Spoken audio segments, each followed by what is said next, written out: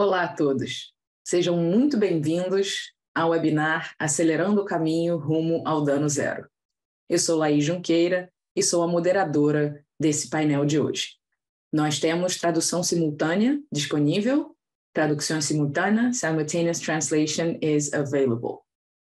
Nos últimos meses, nós trouxemos discussões, conversas e achados relacionados a perspectivas sobre o dano zero na América Latina. Foram mais de 800 profissionais participando de workshops sobre o dano zero e hoje, na parte 2 desse painel, nós temos como objetivo compartilhar com vocês uma série de desafios e de aprendizados que aconteceram durante todo esse trajeto. A moderação vai acontecer da seguinte forma. Acho que alguns de vocês estavam aqui há 2 dias atrás e vai ser da mesma forma. Eu, a moderadora, faço uma pergunta e então passo a palavra para cada membro do painel oferecer as diferentes perspectivas de uma instituição de saúde, de uma acreditadora e consultora e uma empresa de análises e informações. Hoje, eu tenho o prazer de compartilhar tela com Carolina Lopes, que é líder de implementação do prontuário eletrônico da Fundação Santa Fé de Bogotá. Olá, Carolina.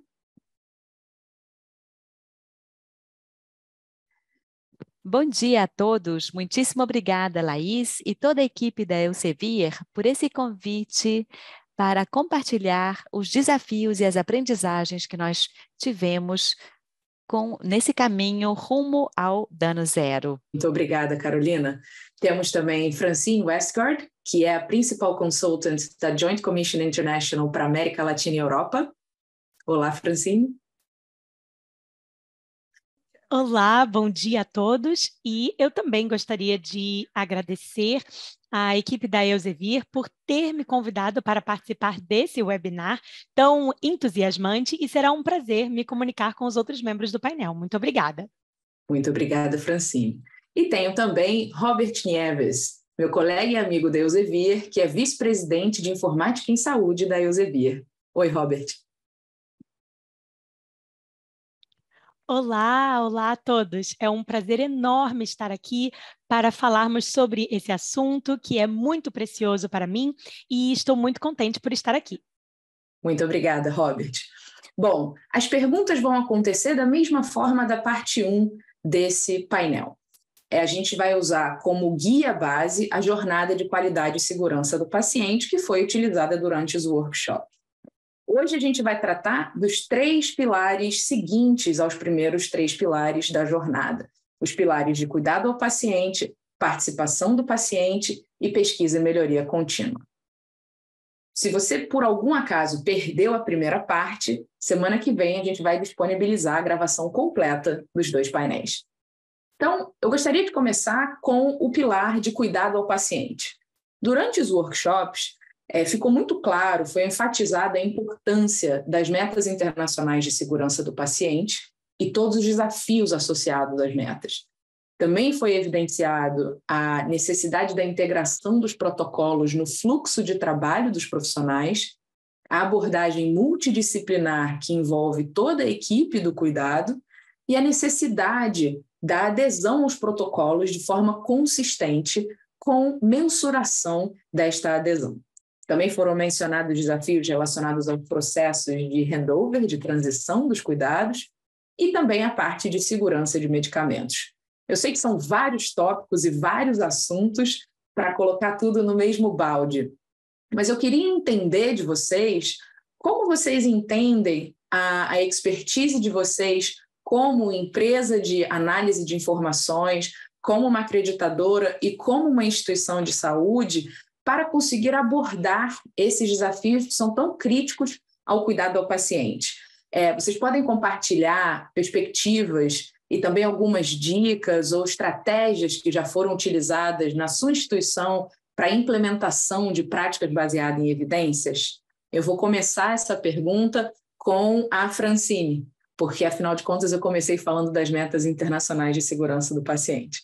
Francine, é com você.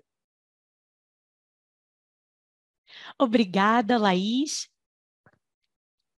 Eu vou dar um pouco do histórico aqui, iniciando, a respeito das metas internacionais de segurança do paciente. Elas começaram nos Estados Unidos com a Joint Commission e as metas nacionais. E então, quando esses padrões internacionais estavam sendo desenvolvidos, eles escolheram os locais que estavam mais em risco, por exemplo, relacionado aos riscos que os pacientes enfrentariam. Eu vou falar, então, agora dessa relação com as metas internacionais de segurança do paciente.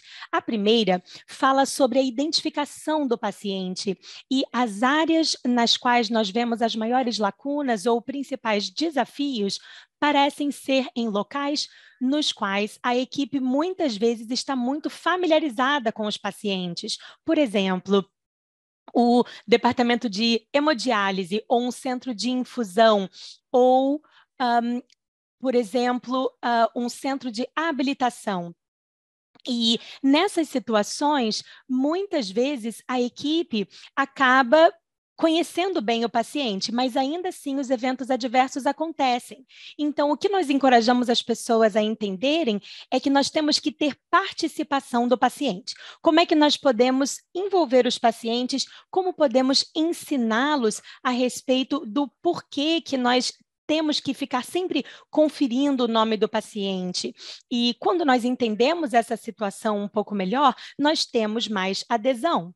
A segunda meta internacional de segurança do paciente tem a ver com comunicação eficaz. Pedidos verbais, por exemplo, troca de plantão, passagem de plantão, e há duas questões aí. Esses pedidos por telefone muitas vezes são necessários, porque não tem um médico presente ali. Mas as lacunas que nós vemos quando estamos fazendo pesquisas ou quando, de fato, sondamos, é que a política hospitalar exige que o médico volte e valide aquele pedido dentro de uma janela de tempo. Nós não ditamos esse tempo, é algo que pertence à política do hospital. Então, quem estava aqui na terça-feira, quando falamos sobre a questão de políticas, as políticas precisam ser políticas possíveis para a equipe do hospital, de fato, cumprir. E, então, reportar, por exemplo, resultados críticos é algo que ajuda muito, ou que é ajudado, perdão, pelos prontuários eletrônicos. Nós precisamos ter algum tipo de ferramenta nesse caso. Alguém tem que olhar isso. E quem for o mais responsável por isso, na verdade, vai trabalhar dessa maneira. Nós temos que levar a informação diretamente para o médico ou para o médico que eu vou escolher. E então, isso vai assegurar a segurança do paciente. Os medicamentos que parecem iguais em termos de aparência ou que os nomes são parecidos, por exemplo, e a JCI, ela fez essa implementação nos Estados Unidos, mas quando nós olhamos, por exemplo, as embalagens hoje e como elas eram há 20 anos, diria, a maioria dos casos, os fabricantes já melhoraram muito as suas embalagens para minimizar os riscos que podem aparecer com drogas que têm um nome parecido ou a embalagem parecida. Mas, mais uma vez, nós vemos problemas na forma de implementação das políticas de armazenagem ou de etiquetagem dos medicamentos. E nós vemos que o problema não está na farmácia, mas está, por exemplo, nas lojas e também nas partes de armazenagem locais e gerais dentro do hospital. Mas não há, então, nesse caso, uma embalagem adequada, as etiquetas adequadas, e é assim que nós vemos os problemas. A cirurgia segura já está funcionando, os centros cirúrgicos já têm muitos processos estabelecidos e os procedimentos mais gerais, nós achamos que já estão funcionando bem, mas, claro, há lacunas nas áreas específicas, quando há uma uma biópsia guiada por agulha fina, por exemplo, dentro do departamento de radiologia. Às vezes, a pessoa não pensa que deve marcar a parte lateral na qual o paciente deve acontecer. Estou dando aqui só alguns exemplos e dicas que vão ajudá-los a melhorar a adesão, reduzir as infecções associadas à assistência à saúde. Essa meta foi expandida, não é só a higiene das mãos, mas inclui o uso dos bundles, por exemplo. Pense em todos os bundles e pacotes que estão disponíveis para padronizarmos os processos que a equipe usa. Pense nas ferramentas que podem ser incluídas dentro do registro eletrônico de saúde. O que nós exigimos é que haja monitoramento. Temos que monitorar os guidelines não para que você possa punir as pessoas, mas para que haja aprendizado. Quando não acontecer, você tem que saber por que não aconteceu. Será que o paciente teve alguma questão ou será que não cumpriram o protocolo? É por isso que nós falamos que tem que ser monitorado. E o último ponto de metas são as quedas. A principal lacuna que nós vemos nas quedas é o seguinte, olha, eu sou enfermeira e eu tenho Tim Box Syndrome, e então temos muitas. Eu sofro dessa síndrome de ter que marcar o check em tudo, mas as enfermeiras cumprem isso, os enfermeiros cumprem, mas o que nós queremos é que haja uma avaliação bem detalhada para que ela se correlacione com a apresentação do paciente. E nós temos que pensar no momento que a apresentação do paciente vai mudar, quando o paciente vai de um lado e vai para a cirurgia, por exemplo. Mudamos a medicação? Não espere que o paciente caia para fazer a avaliação de novo, que as avaliações aconteçam em períodos de tempo específicos. Essas seriam as minhas pérolas de sabedoria sobre as metas internacionais. Claro que eu podia falar durante horas, mas eu vou parar agora. Foi excelente, Francine, muito obrigada. Carolina agora vai falar a perspectiva dela.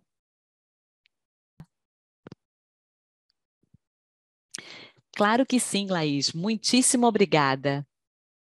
Como a Francine disse, é extremamente importante conhecer esses objetivos de segurança e dentro do ambulatório é extremamente importante. E como faz parte desses processos de uma melhora contínua, é ressaltar o compromisso da governança corporativa. Os objetivos da instituição são aqueles que passam através da sua liderança e que é comunicado e orienta e apoia todas as estratégias que dizem respeito ao processo para cumprir os objetivos de segurança e chegar ao dano zero. O que nós estamos procurando, então, nas instituições hospitalares? Nós estamos tentando impactar e melhorar esses processos e para que esses processos sejam homogêneos na prática, que não haja tanta variabilidade na participação dos procedimentos que são feitos e também que haja um trabalho multidisciplinar, onde os diversos membros da equipe de saúde possam colaborar no planejamento, na execução e possam melhorar também os seus próprios processos e procedimentos. Isso implica numa comunicação eficiente, na comunicação dos cuidados e também na troca de conhecimentos e na experiência que cada uma dessas pessoas possa ter. E o que eu poderia contar para vocês que nós temos aqui na instituição? Desde 2019, a Diretoria de Enfermagem organizou essa estratégia de governança compartilhada, o que permitiu melhorar a prática da enfermagem a partir da participação das enfermeiras que dão assistência, aquelas que ficam ali na cabeça do leito do paciente e que tomam as melhores decisões para o cuidado e atendimento dos pacientes. E essa equipe tem se consolidado e foi ganhando autonomia em relação aos riscos e aos desfechos associados aos próprios procedimentos. E como é que isso se traduziu na prática? Dentro dessa governança compartilhada, nós conseguimos identificar quais eram os procedimentos críticos de atendimento da enfermagem numa perspectiva de melhoria, inovação e de trabalho colaborativo entre os diversos papéis da enfermagem e outras disciplinas assistenciais. Aqui nós não fazemos nada sozinhos, nós sempre precisamos trabalhar com os outros, em prol do nosso paciente e assim oferecer cuidados de qualidade com os melhores padrões de segurança e de serviço. E alguns exemplos, então, dessa governança compartilhada está de acordo com esses objetivos internacionais de qualidade e segurança. Como disse a Francine, nós temos aqui uma compartilhada para prevenção de quedas, prevenção de lesões por pressão e uso seguro de medicamentos e experiências também extraordinárias de cuidado e atendimento. E graças a esse monitoramento e avaliação dos processos, nós fazemos uma revisão de toda a informação que é identificada em cada uma das auditorias e monitoramentos feitos. E assim nós temos um espaço de reforço e feedback com as equipes que dão atendimento para diminuir essas lacunas identificadas. Dentro desses grupos na instituição, nós temos um grupo formado por quase 600 pessoas, entre profissionais de enfermagem e também auxiliares de enfermagem, que dessa forma trabalham continuamente para melhorar as condições de atendimento dos nossos pacientes. Essas são algumas das estratégias que nós temos. Também na nossa instituição, temos a estratégia da gestão ou do manejo por patologia, um manejo específico e que é chamado os Centros de Cuidado Clínico, aonde nós tentamos oferecer o melhor atendimento com protocolos e padrões para esses modelos de atendimento e a criação também de equipes multidisciplinares para poder oferecer um atendimento integral das patologia e também o desenvolvimento de indicadores nos melhores desfechos que o paciente possa apresentar. E também num processo de educação e informação ao paciente, à família e ao acompanhante. E isso nos permitiu organizar de uma forma melhor toda a comunicação dentro das próprias equipes de trabalho. A Francine nos deu o exemplo também da comunicação efetiva. E um exemplo específico é que essa educação e essa informação que nós oferecemos no atendimento clínico é uma educação interdisciplinar. O médico ou médica participa, a enfermeira ou enfermeiro também, a enfermeira auxiliar, os maqueiros, as pessoas de reabilitação.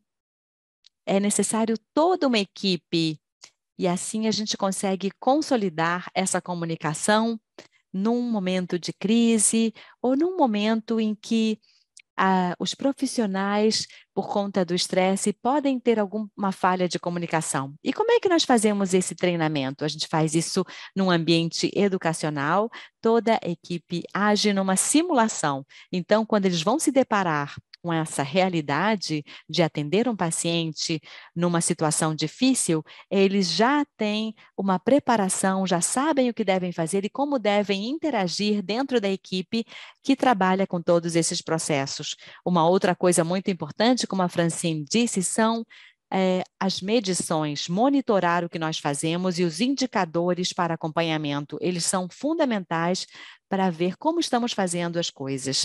E dessa forma também acabam surgindo os planos de cuidado ou os planos de melhoria no atendimento para cumprir com essas coisas que nós identificamos ao avaliar. E como é que nós fazemos esse monitoramento? Através de rondas ou de metodologia de um paciente específico, que nós identificamos ações para melhorar e são trabalhadas as diversas áreas assistenciais. E assim podemos validar os processos de atendimento aos padrões e aos protocolos. E assim a nossa instituição vai melhorando e adquirindo as melhores práticas. Isso é o que eu poderia te contar que nós estamos fazendo dentro dos hospitais, pensando sempre nesses objetivos de segurança. Muitíssimo obrigada, Carolina. Foi muito interessante. Acho que vai dar bastante contexto para o Robert também agora oferecer a perspectiva dele. Robert. Obrigado, Laís. E da perspectiva da Elsevier, como vocês sabem, nós publicamos e curamos as evidências e melhores práticas. Essa é a nossa maior competência. E o que nós estamos tentando agora concentrar os nossos esforços é em evidência que de fato seja aplicável, levar as informações para os clínicos ali ao lado do leito, seja para um paciente que está internado ou um paciente em situação ambulatorial. social.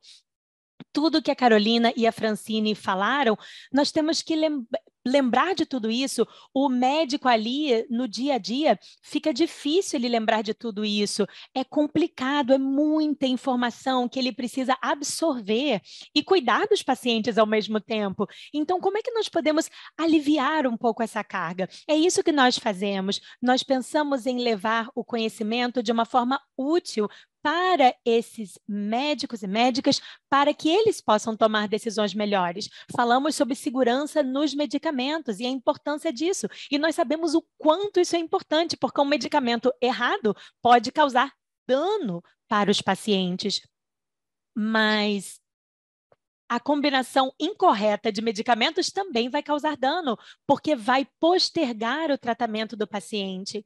E então, temos que pensar em como vamos afetar esses fluxos de trabalho diários, trazendo as informações com base nas evidências e nas melhores práticas atualizadas, é o nosso trabalho. Esse conceito de um conhecimento que pode ser usado de forma ativa.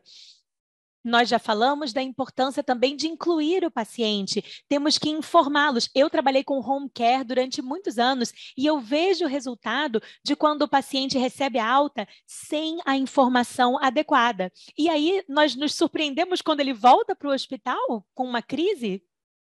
Como é que nós podemos preparar o paciente melhor, de forma que ele consiga compreender essa informação, que é importantíssima? Não pode ser ali naqueles 15 últimos minutos na hora da alta. Tem que fazer parte dos nossos processos cotidianos. Isso é o nosso trabalho, o conceito de levar o melhor para o médico, a informação mais atualizada para que ele tenha tudo que é necessário para dar esse cuidado. Nós nos concentramos mais no como, é isso que nós fazemos, porque esse é o elemento-chave. Não tem uma solução única, mágica. Nós temos que trabalhar com a tecnologia, temos que trabalhar com o sistema de RH, temos que trabalhar em cada cultura diferentemente, mas nós precisamos pensar em como podemos fortalecer essas ferramentas, como levar as informações e as melhores práticas de forma que seja útil, para que não seja só ali um check, como a Francine falou, mas que guie a prática do médico e da médica para que eles tomem as decisões necessárias. Na nossa perspectiva, é isso que nós fazemos e é isso que me motiva no meu trabalho, é conseguirmos fazer isso, atingirmos, alcançarmos aquele médico, aquele enfermeiro e eles saibam que não estão sozinhos. Muito obrigada, Robert. Eu vou fazer um resumo rápido do que foi falado até agora, antes da gente partir para a próxima pergunta. A gente falou um pouco sobre a história das metas internacionais de segurança do paciente, de onde elas surgiram nos Estados Unidos. Então, Francine fez um apanhado das metas com dicas muito valiosas, por exemplo, mencionando que para a identificação dos pacientes, quanto mais familiar com os pacientes, maior a chance da gente ter falhas nesse processo, por exemplo, com pacientes crônicos ou em departamentos como a UTI.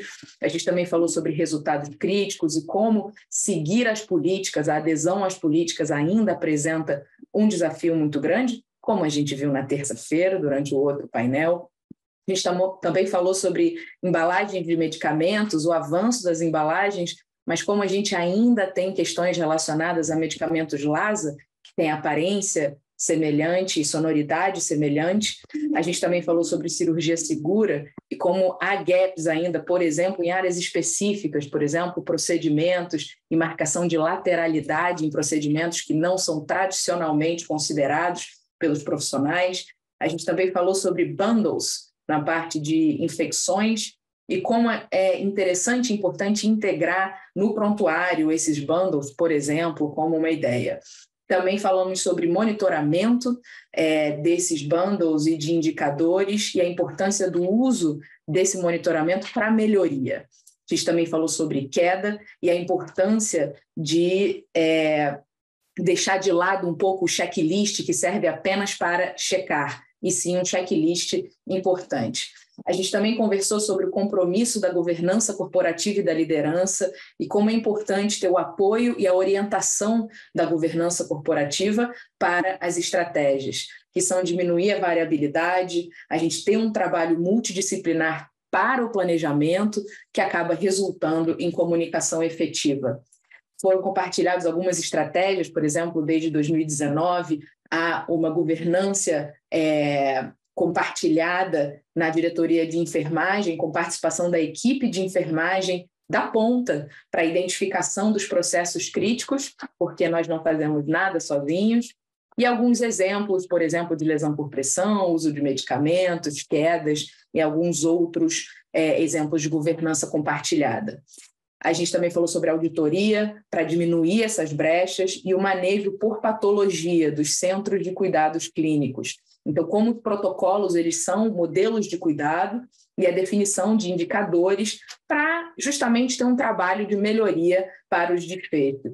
A gente também falou sobre comunicação efetiva e como a própria educação e simulação é interdisciplinar, reforçando a comunicação efetiva, e os indicadores são usados para melhoria. E aí a gente falou sobre a importância da evidência, do conhecimento, das melhores práticas de forma acionável. O conceito de conhecimento acionável, que é justamente conseguir driblar essa quantidade enorme de informações, de processos, de decisões que acontecem e conseguir levar para o profissional, no fluxo de trabalho, a informação que ele precisa na hora que ele precisa. A gente também falou sobre segurança de medicamentos, a importância do apoio da decisão na parte de segurança de medicamentos e na parte de educação do paciente, como é importante incluir esse paciente. Educar o paciente não só nos últimos 15 minutos, mas que ele faça parte de toda a parte do cuidado. A gente também falou sobre a importância de fortalecer as ferramentas e, finalmente, que seja de forma útil, que não seja apenas uma lista de cheque para que os profissionais participem, que seja realmente um conhecimento acionável que leve a melhores desfechos. A gente agora vai passar para a segunda pergunta, que é relacionada ao pilar de participação do paciente. Acho que o Robert já iniciou a resposta aqui dessa pergunta. Durante os workshops, a gente entendeu que alguns elementos eram muito importantes, que existia a falta de habilidade dos profissionais de comunicação, a habilidade de comunicação dos profissionais, também existia um exercício limitado da empatia, a ameaça apresentadas pelas fake news, que acabam ali atrapalhando a comunicação com os pacientes, o papel muitas vezes passivo dos pacientes em seu próprio cuidado, a necessidade de materiais e metodologias para conseguir conversar com diferentes públicos e a importância desse trabalho multidisciplinar que a gente já falou agora. Então, eu queria perguntar o seguinte: primeiro, faz sentido para vocês isso que eu acabei de falar? Esses desafios, eles fazem sentido? E se fazem, como vocês sugerem abordar esses desafios? O que vocês já viram que deu certo? O que vocês implementam que dá certo? E eu vou começar essa pergunta pela Carolina. Carolina, é com você. Bem, eu estou familiarizada a esses desafios, sim, tudo isso que você acabou de mencionar. E do ambiente hospitalar e ambulatorial na nossa instituição, nós temos um programa educacional para o paciente e para a família. E o que esse grupo faz? Ele tenta identificar as necessidades de informação e educação dos pacientes e das suas famílias e os seus cuidados nesses diversos âmbitos e transforma isso nas necessidades para que a instituição resolva, eduque e informe ao paciente naquilo que foi identificado como necessidade. Tudo isso com foco na prevenção e na promoção da saúde. E nessa equipe também assistencial das enfermeiras, nós fazemos a mesma coisa. Através dos processos da enfermagem, identificamos quais são as necessidades que o paciente tem e sobre as quais nós vamos dar mais atenção durante o seu processo de internação ou durante um atendimento no hospital. O que a gente procura com isso? Empoderar o paciente e aumentar a sua participação do paciente e das famílias no seu próprio cuidado. Esse programa educacional, ele está vinculado aos todos os processos e tenta garantir, então, antes, durante e depois da entrada do paciente, que essa informação seja oportuna, seja clara, seja completa e que permita essa comunicação de mão dupla, onde o paciente também indica o que ele precisa e possa esclarecer as suas dúvidas e que os profissionais também possam fazer o mesmo. E nós temos um grande desafio, porque às vezes os profissionais de saúde, nós não fomos preparados ou educados para educar. Então, muitas vezes, essa educação que nós temos que oferecer, nós consideramos que o paciente entendeu, mas não é nada disso. Ele não entendeu direito, ele não faz aquilo que nós esperávamos que ele fizesse. E como é que nós tentamos resolver essas lacunas? Bem, nós estamos tentando resolver isso com workshops. Aí chega a educação também para os profissionais da saúde. Porque um profissional da saúde que conhece bem vai aplicar essa metodologia de uma forma melhor. Também temos alguns workshops de comunicação médico-paciente que são feitos por essa comissão de educação do paciente e da sua família, e também temos outras reuniões ou workshops para melhorar a comunicação interdisciplinar entre os médicos, enfermeiros, químicos, farmacêuticos e outros profissionais da saúde, para conseguir identificar quais são os possíveis riscos nas falhas da educação e no autocuidado do paciente. E tudo isso é feito tentando alcançar uma comunicação efetiva como um objetivo de segurança que a Francine mencionou, para poder garantir os melhores desfechos para o paciente. E essa é uma das coisas que eu posso contar através da educação do paciente. Obrigada. Muitíssimo obrigado, Carolina. Eu agora vou passar a palavra para o Robert. Uau! Dava para passar horas falando sobre cada um desses assuntos, respondendo sua pergunta com certeza, Laís, faz sentido para mim. Eu gostaria de falar das práticas interdisciplinares, porque já foi mencionado muito aqui. E, às vezes, bem, a realidade é que cada uma das disciplinas cuida dos pacientes. Nós vamos para a faculdade, aprendemos a nossa área e se na sua faculdade há essa questão, falam sobre multidisciplinaridade, mas a realidade é que nós aprendemos tudo separados. Aí entramos no hospital ou numa organização, somos jogados lá e a organização diz, olha, nós somos uma equipe, vamos trabalhar juntos, é interdisciplinar, mas a realidade sabemos o que cada um faz e como podemos fazer essa conexão de trabalho. Portanto, o que eu vejo nas organizações nas quais isso dá certo é que começa com algo básico. Qual é a definição, de fato, da prática interdisciplinar nesse local? E aí, a partir disso, todos os clínicos ali podem se conectar com essa definição. Qual é o escopo de prática que já está definido e já está escrito para cada disciplina? Sim, claro, muitas entidades vão definir, olha, isso é o que nós podemos fazer, aquilo, etc. Alguns países não estão tão desenvolvidos numa área, mas escrever um escopo de prática, uma declaração do escopo que entende o que cada disciplina faz e por que área ela se responsabiliza é muito importante e todos têm que entender isso. Nós aprendemos muito quando trocamos essas informações. O que a fisioterapia está fazendo aqui, o que a enfermagem faz e os profissionais de nutrição também. Temos que fazer essas declarações do escopo de prática que sejam aplicáveis para aquela organização. Falamos sobre prática interdisciplinar, mas muitas vezes nós falamos multidisciplinar, interdisciplinar, mas, na verdade, são definições diferentes. Então, volta essa questão de definição. Vamos falar do interdisciplinar. Não tem a ver só com a equipe clínica. um membro-chave dessa equipe é o paciente.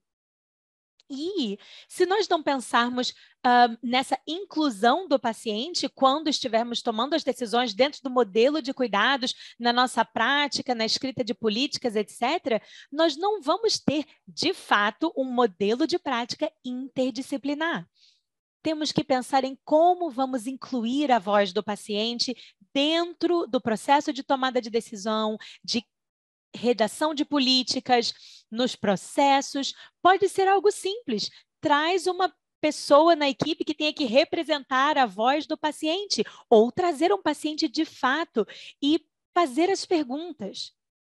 A última coisa que eu quero dizer sobre essa questão da implementação de um modelo de cuidados interdisciplinar é o seguinte: é importante estarmos reunidos como membros de uma equipe na qual todos são ativos. Você não pode esquecer ninguém que tenha que estar naquela mesa. A voz do paciente tem que estar presente. E temos que sempre perguntar ali, quando estamos tomando uma decisão, será que isso é o melhor porque eu estou dizendo ou porque vai me favorecer? Ou será que é o melhor para o paciente? E isso tem que servir os dois, tem que equilibrar os dois lados. E isso vai te ajudar com essa questão do modelo de cuidados que nós precisamos, porque não podemos continuar a operar de forma isolada. Temos que ter todas as disciplinas, temos que trabalhar juntos de forma eficaz, juntamente com o paciente e responsabilizando aquilo que o paciente traz para a equação. Essa é a minha contribuição. Excelente, Robert. Muito bom. Agora eu vou passar para a Francine. É uma conversa maravilhosa e eu estou muito entusiasmada por fazer parte disso. Uma das coisas que nós aprendemos quando fizemos análises de centenas de eventos adversos com análise de causa raiz é que nós vemos que o que está na raiz, muitas vezes, é isso. A questão do dano zero não é... Será que nós vamos, de fato, chegar no dano zero? Não. Tem a ver com a proatividade. Temos que definir de forma proativa quais são os riscos que temos e fazer as mudanças necessárias. Eu queria só reforçar esse conceito. Eu gostei muito do que a Carolina falou, quando ela falou da educação e de que nós temos essa tendência de, assim, forçar a educação e não conseguir avaliar quais são as necessidades daquele paciente e daquela família. Qual é o tipo de apoio ou qual é a informação que está faltando? Como é que nós podemos assistir esse paciente melhor entrando na alta ou na próxima fase da doença? Portanto, fazer uma análise das necessidades de informação ajuda a equipe multidisciplinar, que o Robert falou, a desenvolver o modelo de cuidado para aquele paciente. Tudo isso está totalmente relacionado. E o que eu gostaria de dizer para concluir aqui, eu vou usar a palavra que ninguém gosta, documentação.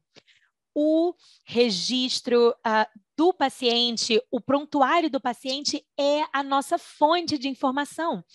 Da mesma maneira que fazemos o histórico, a anamnese, a necessidade de informação daquele paciente tem que ser documentada. Qualquer informação que for dada precisa ser documentada para que os membros da equipe vejam e para que eles não tenham que repetir e avaliar de novo. Eles já percebem que o paciente ou entendeu ou não entendeu, e aí eles já acrescentam aquela informação que foi dada.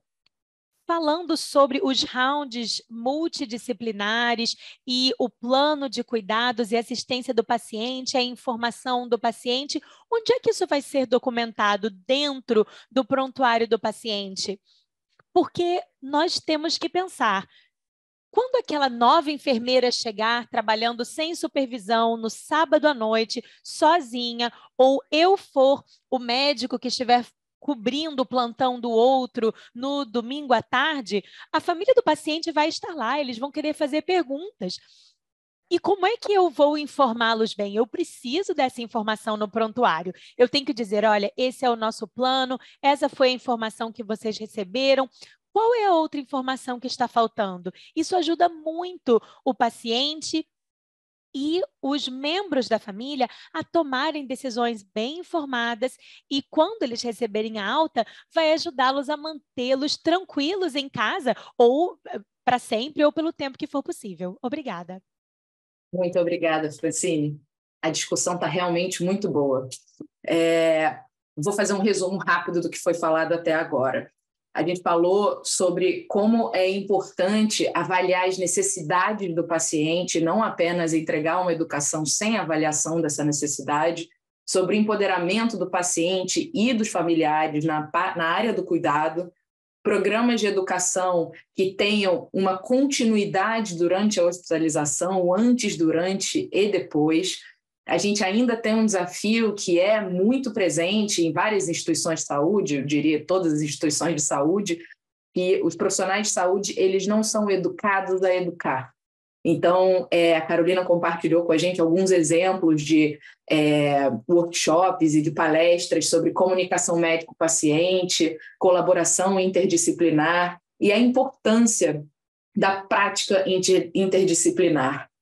O Robert compartilhou com a gente que, via de regra, né, a educação ela é feita por categoria, então, durante a formação profissional, o aprendizado é feito em cada um em sua área, e na instituição acontece a eureka de vamos ser uma equipe a partir de agora. Então, como é importante ter um modelo de cuidados interdisciplinar, e parte disso é a definição articulada da instituição e que todos os membros da equipe saibam articular essa definição do que é interdisciplinaridade do cuidado. E também a importância da definição e do exercício de definição de escopo da prática. Qual é a responsabilidade de cada uma das disciplinas e como essas disciplinas vão convergir para o cuidado ao paciente. E quando a gente fala de prática interdisciplinar, Robert destacou que o paciente é membro-chave da equipe e que é muito importante a gente sempre ter presente a voz do paciente, seja pelo próprio paciente ou com um membro da equipe que vá fazer a voz do paciente. A gente também falou sobre o envolvimento ativo da equipe multidisciplinar, incluindo a voz do paciente, para que a gente tenha um processo que, no final, quando a gente pergunta esse processo é para mim ou é para o paciente, a resposta ideal seja esse processo é bom para os dois.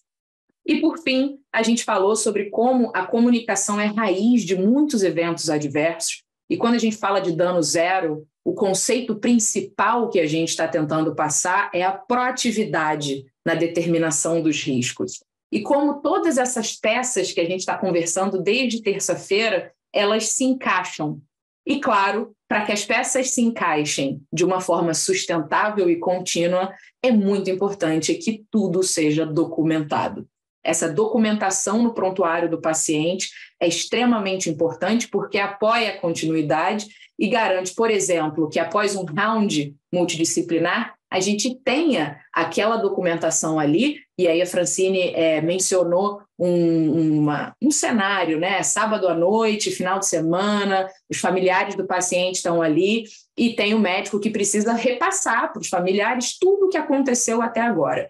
Se não está documentado, o trabalho desse profissional vai ficar bastante complicado. Então, a ideia da documentação de tudo que a gente conversou é justamente apoiar decisões melhores informadas pelo paciente e pelos profissionais.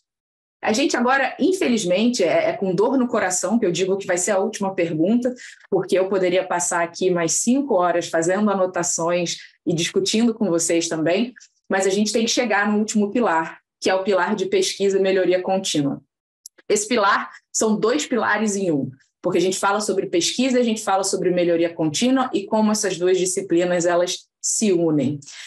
A gente teve vários achados. Os primeiros relacionados à pesquisa foram muito relacionados a treinamento dos profissionais para pesquisa, para desenvolvimento de pesquisa e como lidar com limitações de recursos.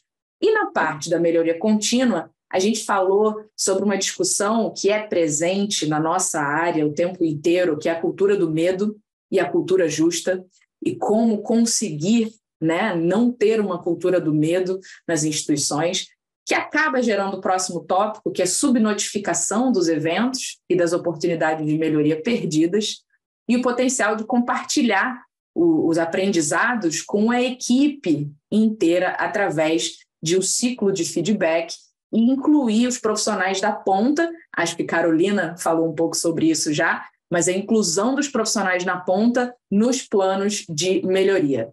Vocês podem compartilhar com a gente exemplos de estratégias ou iniciativas que vocês já viram que abordam algum dos desafios que eu mencionei? Eu vou começar com você, Robert. Mais uma vez, esse assunto eu também podia passar horas aqui falando.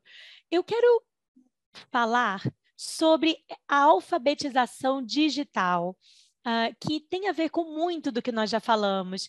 E eu vou falar um pouco dos exemplos da Carolina e da Francine sobre a educação do paciente. A avaliação do aprendizado, como nós falamos, a importância de conseguirmos avaliar bem e entendermos como é que aquele paciente, de fato, vai aprender bem. Esse é o motivo pelo qual nós fazemos isso, mas muitas vezes isso vira mais uma tarefa, mais uma caixinha para ticar, e o paciente não usa a informação para desenvolver um plano de educação que seja adequado para o paciente. E esse é um dos problemas principais que nós temos. Muitas vezes, quando implementamos as estratégias e tecnologias digitais, nós nos concentramos mais naquela caixinha para ticar e não pensamos no porquê que isso é importante e como vamos utilizar. Como vamos utilizar isso na prática para que seja um plano de educação eficaz? E é nisso que nós temos que nos concentrar. Temos que sair dessa história de vamos só ensinar onde a documentação vai acontecer. Sim, a documentação é importante, mas o que nós fazemos com essa informação e como incluímos isso no processo de comunicação é o item de valor de fato. Essa, na minha opinião, é uma questão que nós precisamos, de fato, fazer uma transição. Temos que fazer com que os médicos estejam mais alfabetizados digitalmente, eu diria. Como, por exemplo, uma nova enfermeira chegando, por que nós perdemos tantas enfermeiras e enfermeiros no primeiro e segundo ano? Porque eles têm medo de que vão machucar o paciente, porque eles não têm a experiência e não têm o conhecimento que precisam. Então, se vamos ajudá-los a fazerem a transição para a prática, nós temos que ajudá-los a administrar esse medo para que elas e eles fiquem tranquilos num ambiente no qual possam contribuir com a área de conhecimento deles. Então, tudo isso está relacionado, a Francine falou muito bem, tudo se encaixa muito bem. Nós temos que pensar nessas coisas porque tem um impacto e muitas vezes nós concentramos a nossa atenção na área errada. Uma outra questão que eu sempre falo são as escalas de risco e nas telas. Nós completamos a nossa avaliação de risco de queda. Temos ali o score e o paciente está em risco. Mas nós não pensamos no que de fato leva àquele risco e não tem plano para mitigar de fato o risco à queda. São só exemplos de como nós de fato precisamos mudar. Nós poderíamos falar sobre essa questão do ensino ou da alfabetização digital, mas nós precisamos pensar em como vamos usar a tecnologia e a informação que está sendo fornecida de uma forma que vai ajudá-los a avaliar as necessidades. E eu sei que isso está relacionado a muitas outras coisas, mas obrigada. Thank you, Robert. That was a very interesting spin. Foi maravilhosa a sua contribuição e eu acho que com certeza vai nos dar muitas ideias para que a Carolina compartilhe conosco. Carolina.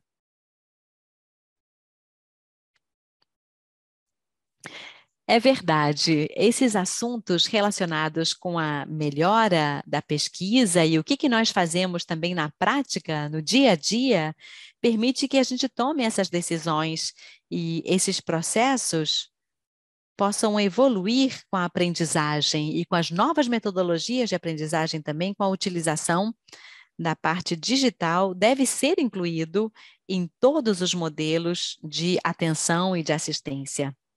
Atualmente, na nossa instituição, nós estamos desenvolvendo um novo software de registro médico para facilitar a equipe de atendimento que tudo esteja visualmente no mesmo ambiente, que a gente não tenha que ir para um lugar, para uma pastinha, para outra, procurando informação, que depois pode causar uma separação das informações e dos dados e que sejam mal interpretados aquilo que está sendo feito com o paciente. E para acrescentar ainda o que você nos pediu em relação a quais são esses planos de melhoria que, para incentivar a pesquisa, aqui na nossa instituição, entre as principais aprendizagens que nós temos, nós fazemos sempre tudo com feedback e uma avaliação constante dos resultados para que nós possamos identificar essas melhoras e fazer essas mudanças.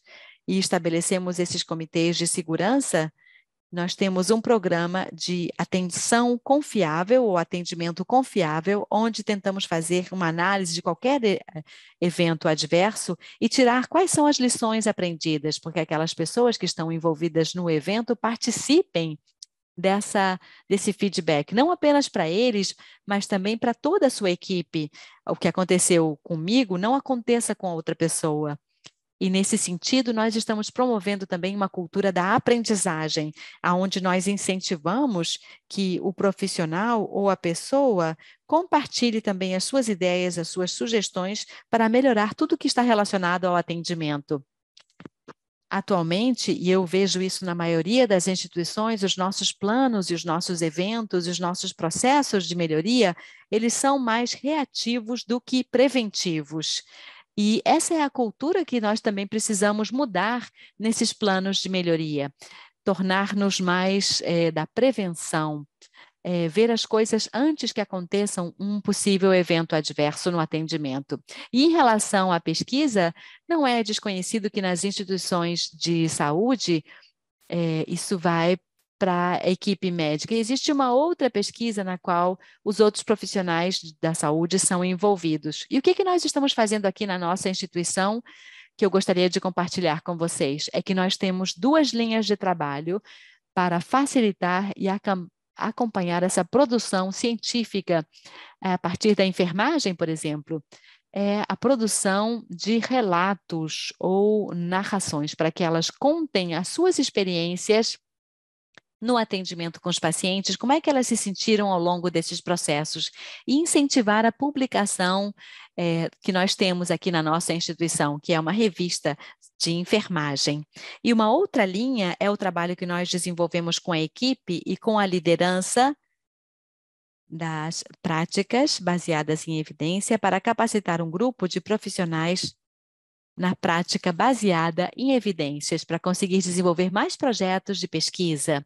E, por sorte, aqui nós tivemos o apoio da Elsevier e também a inspiração de estudos clínicos da nossa fundação, onde nós já fizemos workshops para fortalecer essa cultura da pesquisa entre os profissionais da saúde, para alcançar, assim, as melhores práticas de atendimento e para melhorar também a experiência dos profissionais. E nesses workshops, nós tratamos de alguns assuntos, como os conceitos básicos da pesquisa, como redigir um artigo, que às vezes é muito difícil para nós, enfermeiras, e num outro momento também nós realizamos um workshop onde analisamos aquilo que já foi escrito pelos enfermeiros e olhamos por que nós não conseguimos avançar ou por que esses artigos foram devolvidos. Então, dessa forma, nós queremos estender essa rede de colaboração entre os próprios participantes dos workshops, com a Elsevier e também com o apoio da subdireção clínica e também com a área de saúde populacional. Essas são algumas das experiências que nós tivemos, onde nós conseguimos melhorar a produção de artigos, as pessoas querem participar também nessa redação, mas ainda nós temos esse temor do que eu vou escrever e como vou escrevê-lo. Muito obrigada. Muitíssimo obrigada, Carolina. Francine. obrigada a todos. E acho que a Carolina acabou de falar uma questão muito importante. Temos que envolver toda a equipe. E o Robert falou, tem que ser algo significativo, relevante. Senão, as pessoas não vão se interessar. Elas vão achar que é só mais uma lista da liderança do que nós temos que fazer. Portanto, como podemos utilizar esses dois componentes e uni-los? Bem, a liderança estabelece as prioridades de aprimoramento de uma instituição. Vou dar 2 exemplos. Vamos diminuir as infecções relacionadas à hospitalização em 3% no próximo ano. E a segunda prioridade vai ser, por exemplo, melhorar a experiência do paciente com a comunicação com a equipe aqui na organização. As duas podem ser medidas, as duas metas podem virar projetos. A liderança estabelece as prioridades, aí o departamento vai dizer, é assim que eu vou contribuir. Eu vou contribuir com, por exemplo, na área de prevenção a infecções, eu vou usar bundles, eu vou melhorar a adesão a protocolos de higiene das mãos, ou vamos trabalhar com uma pesquisa, os gestores vão conversar com os pacientes, um número X de pacientes, para poder determinar que eles estão satisfeitos com a qualidade da comunicação que estão recebendo das equipes multidisciplinares. É assim que desce, que vem da liderança para o pessoal da linha de frente. Mas essa questão do medo, como é que nós podemos trabalhar com medo? Tem que se tornar algo divertido. Podemos, por exemplo, fazer almoços relacionados à qualidade ou um evento no domingo, no qual cada departamento vai mostrar 1 ou 2 projetos nos quais estão trabalhando e eles vão expor os pôsteres ali no refeitório ou no hall de entrada do hospital. As pessoas vão ver os projetos, vão votar, talvez o projeto esteja destacado na newsletter do hospital. Tem formas diferentes por meio das quais podemos fazer isso. Podemos fazer um Open Day, é um dia por mês no qual um departamento faz um Open House e uma equipe de uma outra área do hospital vai lá, visita, a radiologia vai fazer o Open House no mês, e aí a equipe toda do hospital vai lá e descobre, não é só radiografia de tórax que nós fazemos diagnósticos, fazemos outros procedimentos, esses são os projetos de qualidade. Então, a gente tem que tornar isso algo interessante, algo que seja divertido, temos que envolver a equipe, utilizar a criatividade da equipe e muda a visão das pessoas a respeito da melhoria e qualidade. E quando chegamos nesse ponto, nós podemos encorajar a equipe, por exemplo, a participar de conferências e apresentarem projetos que foram destacados por departamentos diferentes. Então, faça ser algo relevante. E, mais uma vez, muito obrigada pela oportunidade de participar. Foi maravilhoso. Excelente, Francine. Eu acho que a gente termina com uma nota excelente, que é vamos nos divertir, né? Vamos garantir que todos os processos sejam divertidos, porque na diversão a gente consegue fazer com que os profissionais se engajem. Um resumo muito rápido, porque a gente já está terminando o nosso painel, infelizmente. De novo, eu podia passar horas aqui, eu estou adorando a conversa. Mas a gente hoje falou um pouco sobre literacia digital, alfabetização digital, né? A importância da avaliação do entendimento do paciente durante a educação. E Robert mencionou que muitas atividades elas viram apenas atividades e não a base da estratégia a ser seguida, como deveria ser. Então, o foco acaba sendo no apontar e clicar, no point and click, e não no uso dessa documentação, dessa informação na prática. Então, é muito importante focar na transição de como essa documentação pode ser usada para orientar a comunicação e orientar as estratégias. O Robert também falou um pouco sobre medo, sobre como a gente pode gerenciar o medo dos profissionais, especialmente profissionais mais novos, não querem errar. Então, como é que a gente consegue apoiar esses profissionais para que esse medo possa ser diminuído? A gente também falou muito sobre como tudo que foi mencionado hoje, na verdade, são peças do quebra-cabeça E o Robert mencionou como alguns exemplos as escalas de risco, né? A gente faz uma escala de risco, risco de queda, por exemplo, é feita a escala, mas e o plano para mitigar o que a gente encontrou que pode ser um risco? Nem sempre é feito. Então, é muito importante que a gente use a documentação e as estratégias. A gente também falou sobre a evolução e aprendizagem. Por exemplo, a Carolina compartilhou que existe um projeto de conseguir agregar visualmente no mesmo ambiente do prontuário eletrônico para que não tenha a necessidade de diferentes disciplinas não encontrarem a informação que precisa. A importância do feedback e da avaliação consistente da prática e também contínua. E ela citou, por exemplo, o programa de cuidado confiável com as lições aprendidas e envolvimento dos profissionais para o compartilhamento daquelas lições aprendidas, para que não fique só com o profissional, e sim que seja compartilhado com o seu departamento, para que a gente não tenha uma reocorrência desnecessária. A gente também falou sobre cultura de aprendizagem e de diferentes sugestões, e como é importante a gente ser proativo, né? Que a gente previna o erro de acontecer, e não apenas reativo. A gente também falou sobre como os médicos acabam sendo a força motriz da área de pesquisa e como a Fundação Santa Fé agora está cuidando de linhas de trabalho para agregar outros profissionais para a produção científica, por exemplo, enfermagem, com um programa de narrativas que empodera esses profissionais a publicar. Ela mencionou também a importância da prática baseada em evidências e do ensino da prática baseada em evidências, e como ela contou com o apoio da Elsevier, com vários workshops ministrados pela doutora Ximena Alvira, como redigir artigos, como publicar e outros workshops. Por fim, a gente falou muito sobre o envolvimento dos profissionais e como é importante que os processos eles sejam significativos e relevantes, os projetos sejam significativos e relevantes. Como a liderança ela acaba sendo o guia, né, o norte das prioridades de melhoria e como isso é cascateado até a equipe do cuidado, a linha de frente. Por exemplo, quando a gente traça, a gente vai diminuir taxa de infecções em X%, ou melhorar a experiência do paciente dessa forma.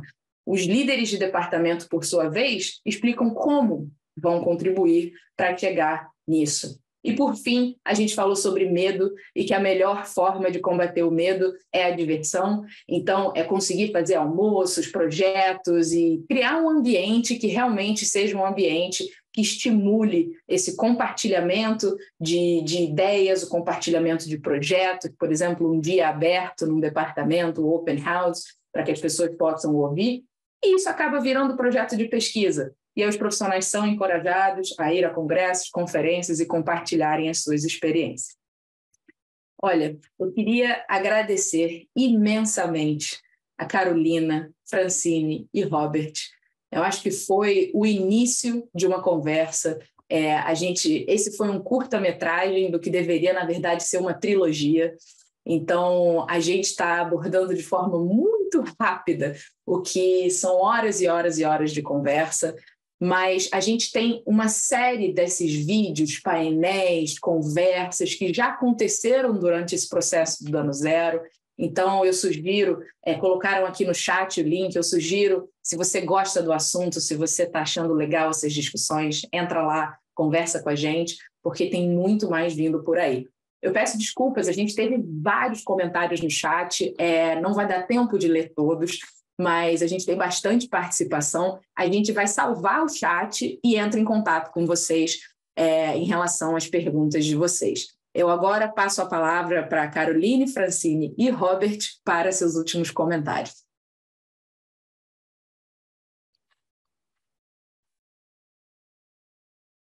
Bem, mais uma vez agradecer a todos pela participação nesse webinário rumo ao Dano Zero. Esse é um processo que não começa assim, mas ele leva muito tempo. Anos onde nós investimos na educação das pessoas, na pesquisa, também no feedback, em, às vezes, dar um passo para frente e, às vezes, dar dois para trás. Mas é assim que a gente vai conseguir consolidar e fazer com que as nossas equipes na instituição onde nós estivermos estejam concentrados nos objetivos de segurança para o melhor atendimento do paciente com qualidade e com as melhores práticas possíveis. Muito obrigada, Laís, e toda a equipe da Elsevier, e também a Francine e ao Robert por essa experiência tão agradável nessa conversa. E muito obrigada pela participação de todos também. Eu também.